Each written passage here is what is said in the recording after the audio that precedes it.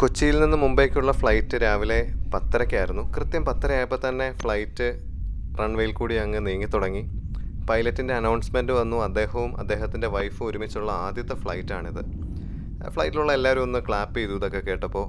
പെട്ടെന്ന് ബാക്ക് സൈഡിൽ നിന്ന് ഏതോ ഒരു ബാക്ക് ബെഞ്ചർ ഇങ്ങനെ പറഞ്ഞു, അണ്ണൻ അങ്ങ് എയറിൽ പോലും സേഫ് അല്ല എന്ന്. അപ്പം ഇത് കേട്ട് മലയാളം മനസ്സിലാകുന്ന എല്ലാവരും അങ്ങ് ചിരിച്ചു. ശരിക്കും മലയാളികളുമായിട്ടുള്ള യാത്രയിൽ ഇങ്ങനത്തെ ചില കമൻറ്റ്സ് വളരെ എക്സ്പെക്റ്റഡ് ആണ്. ആൻഡ് ഒരു പരിധി വരെയൊക്കെ നമ്മളത് എൻജോയ് ചെയ്യുന്നുമുണ്ട്. അങ്ങനെ ഏകദേശം ഒരു 40 സെക്കൻഡ് ആയപ്പോൾ തന്നെ നമ്മുടെ ഫ്ലൈറ്റ് അങ്ങ് ടേക്ക് ഓഫ് ആയി. ശരിക്കും കേരളത്തിൻ്റെ മേളിൽ കൂടി പോകുമ്പോഴത്തേക്കാണ് ഇത്രയും ഒരു പച്ചപ്പ് നമുക്ക് കാണാൻ പറ്റുക. വളരെ മനോഹരമാണ് ആ ഗ്രീനറി. ശരിക്കും ഒരു പച്ച കാർപ്പറ്റ് വിരിച്ച പോലെയാണ് ആ മരങ്ങളുടെ പച്ചപ്പ്. ഭയങ്കര ഭയങ്കര പീസ്ഫുള്ളാണത് കാണുന്നത്. ഞാൻ ഓർക്കുമായിരുന്നു ഈ പ്രവാസികളൊക്കെ വർഷങ്ങളായിട്ട് മരുഭൂമി കിടന്നിട്ട് ഇങ്ങോട്ട് വരുന്ന ഈ ഫ്ലൈറ്റിൽ നിന്നുള്ള കാഴ്ച കാണുമ്പോൾ തന്നെ അവർക്ക് ഭയങ്കര ഒരു ആനന്ദമായിരിക്കും. പെട്ടെന്ന് നമ്മുടെ പെരിയാർ നമ്മുടെ വ്യൂവിലേക്ക് എത്തി. 2 ബ്രിഡ്ജൊക്കെ നമുക്ക് കാണാൻ സാധിച്ചു. ആദ്യം കാണുന്നത് ട്രെയിൻ പോകുന്ന ബ്രിഡ്ജാണ്. രണ്ടാമത് കാണുന്നത് റോഡാണ്. അപ്പോൾ അതിൻ്റെ പുതിയ ബ്രിഡ്ജ് അവിടെ പണിതുകൊണ്ടിരിക്കുന്നതൊക്കെ നമുക്ക് കാണാൻ പറ്റും സൂക്ഷിച്ച് നോക്കിയാൽ. അപ്പോൾ അവിടെ ആ ഒരു ഐലൻഡ് പോലെ മണൽത്തിട്ടയൊക്കെ വെച്ച് അങ്ങനെ ഫോം ആയതുമൊക്കെ നമുക്ക് ക്ലിയറായിട്ട് കാണാം. അങ്ങനെ കെട്ടിടങ്ങളൊക്കെ ഇങ്ങനെ നമുക്കിപ്പോൾ നല്ല വിസിബിളാണ്. എന്നെ ആ പച്ചപ്പാണ് ഏറ്റവും കൂടുതൽ ആകർഷിച്ചത്. അങ്ങനെ ഫ്ലൈറ്റ് ചെറുതായിട്ടൊന്ന് ഇടത്തോട്ട് ചെരിഞ്ഞപ്പോൾ നമ്മുടെ ഫ്ലൈറ്റിൻ്റെ തന്നെ ഷാഡോ അങ്ങ് താഴെ കാണാൻ പറ്റുന്നുണ്ട്.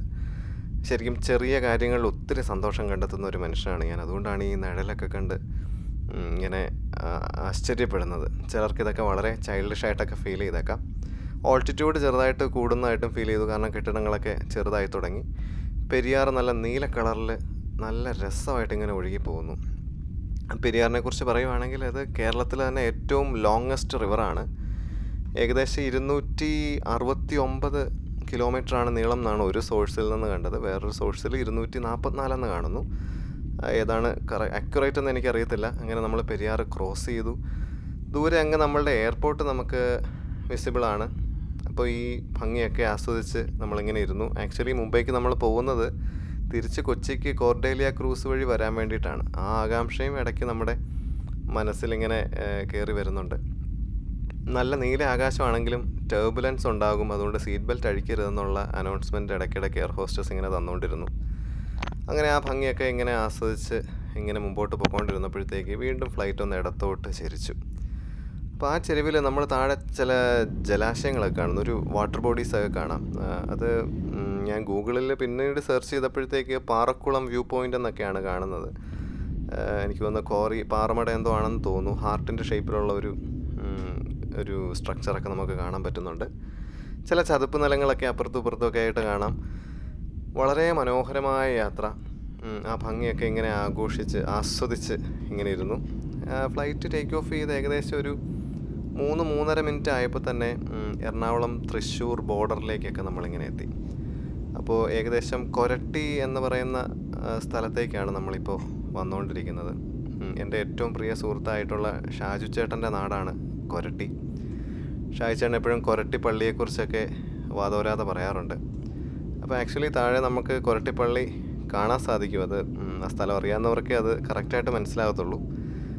താഴെ ഏകദേശം സ്ക്രീനിൻ്റെ നടുക്കായിട്ട് എത്തിക്കൊണ്ടിരിക്കുന്നതാണ് കൊരട്ടിപ്പള്ളി. കൊരട്ടിപ്പള്ളിയിൽ നിന്ന് കുറച്ചും കൂടെ വലത്തോട്ട് ഞാൻ നോക്കിയപ്പോൾ ഒരു വെള്ള പൊട്ട് പോലെ ഒരു സാധനം കണ്ടു. ഒരു വട്ടത്തിലിരിക്കുന്നു. ഇപ്പോൾ ഞാൻ ആദ്യം എന്തായാലും സ്റ്റേഡിയം വല്ലതും ആണോ എന്നാണ് ആദ്യം വിചാരിച്ചത്. പിന്നീട് തിരിച്ചെത്തി ഷായിച്ചേട്ടനോട് ചോദിച്ചപ്പോഴാണ് പറഞ്ഞത് അത് കൊരട്ടി ഈസ്റ്റാണ്, തിരുമുടിക്കുന്ന് എന്ന് പറയുന്ന സ്ഥലത്തെ കൊരട്ടി ഗവൺമെൻറ് ഹോസ്പിറ്റലിൻ്റെ മെയിൽവാർഡാണ്. ഗാന്ധിഗ്രാം എന്നുള്ള പേരൊക്കെ ഷായിച്ചേട്ടൻ പറയുന്നുണ്ടായിരുന്നു. അതിൻ്റെ അടുത്തൊരു ജുമാ മസ്ജിദ് ഉണ്ടെന്നൊക്കെ ഇങ്ങനെ പറഞ്ഞു. അപ്പോൾ അത് ഗവൺമെൻറ് ഹോസ്പിറ്റലാണ്. ആ ഭാഗത്തുള്ളവരൊക്കെ ഉണ്ടെങ്കിൽ ഒന്ന് കമൻറ്റ് ചെയ്യുക, അത് തന്നെ ആണോ എന്നൊന്ന് മേക്ക് ഷുവർ ചെയ്യുക. അങ്ങനെ ഞങ്ങൾ ഈ സ്ഥലങ്ങളെല്ലാം ഇങ്ങനെ കണ്ട് ആസ്വദിച്ച് മുമ്പോട്ട് പോയിക്കൊണ്ടിരുന്നപ്പോൾ പാമ്പഴയുന്നത് പോലെ ഒരു നദി മിയാൻഡർ ചെയ്ത് ഇങ്ങനെ പോകുന്നു, വളഞ്ഞ് ഇങ്ങനെ പോകുന്നു. അതാണ് നമ്മുടെ സ്വന്തം ചാലക്കുടി പുഴ. ചാലക്കുടി പുഴ കേരളത്തിലെ 5ാമത്തെ ലോങ്ങസ്റ്റ് നദിയാണ്. ഒരു സോഴ്സിൽ നിന്ന് 145 കിലോമീറ്ററാണ് അതിൻ്റെ ലെങ്ത് എന്ന് കണ്ടു. അതും വെസ്റ്റേൺ ഗാട്ട്സിൽ നിന്ന് തന്നെ ഉത്ഭവിക്കുന്നതാണ്. ഈ ചാലക്കുടി പുഴയുടെ വലതുവശത്തേക്ക് നമ്മൾ നോക്കുമ്പോൾ അവിടെ ഒരു ചതുപ്പ് പോലെ നമുക്ക് കാണാൻ പറ്റുന്നുണ്ട്. ഒരു പക്ഷേ നൂറുകണക്കിന് വർഷങ്ങൾക്ക് മുമ്പ് ആ റൂട്ടിൽ കൂടി ആയിരിക്കാം ചാലക്കുടി പുഴ ഒഴുകിയത്. കാരണം ഒരു ഓക്സ്ബോ ലേക്കിൻ്റെ ഒരു സ്ട്രക്ചർ നമുക്കവിടെ കാണാൻ പറ്റുന്നുണ്ട്. ആ മിയാൻഡർ കർവ് കട്ടായി പണ്ട് അതിലെ ഒഴുകിയതിൻ്റെ ഒരു എവിഡൻസ് ആയിട്ടാണ് നമുക്ക് ഫീൽ ചെയ്യുന്നത്. ഉറപ്പില്ല, സാധ്യതയാണ്. അങ്ങനെ ചാലക്കുടി പുഴയൊക്കെ കണ്ടു. ഇങ്ങനെ ആസ്വദിച്ച് മുമ്പോട്ട് പോകുന്നു. കെട്ടിടങ്ങളൊക്കെ ഏതാണ്ട് വെള്ള കളറിലെ മണൽത്തരികൾ പോലെയാണ് ഇപ്പോൾ കാണുന്നത്. ഈ മണൽത്തരി പോലെയുള്ള സാധനത്തിൻ്റെ അകത്ത് എത്രയോ മനുഷ്യർ ജീവിക്കുന്നു. ശരിക്കും മനുഷ്യൻ എത്ര നിസ്സാരനാണെന്ന് അറിയാൻ വേണ്ടി മനസ്സുകൊണ്ടും കാഴ്ച കൊണ്ടും ഒക്കെ നമ്മൾ കുറച്ച് ഉയരത്തിലെത്തിയാൽ നമ്മൾ എത്ര നിസ്സാരരാണെന്ന് നമുക്കറിയാൻ പറ്റും. കുറച്ച് മുമ്പോട്ട് നോക്കിയപ്പോൾ അറബിക്കടൽ വിസിബിളായി വരുന്നു.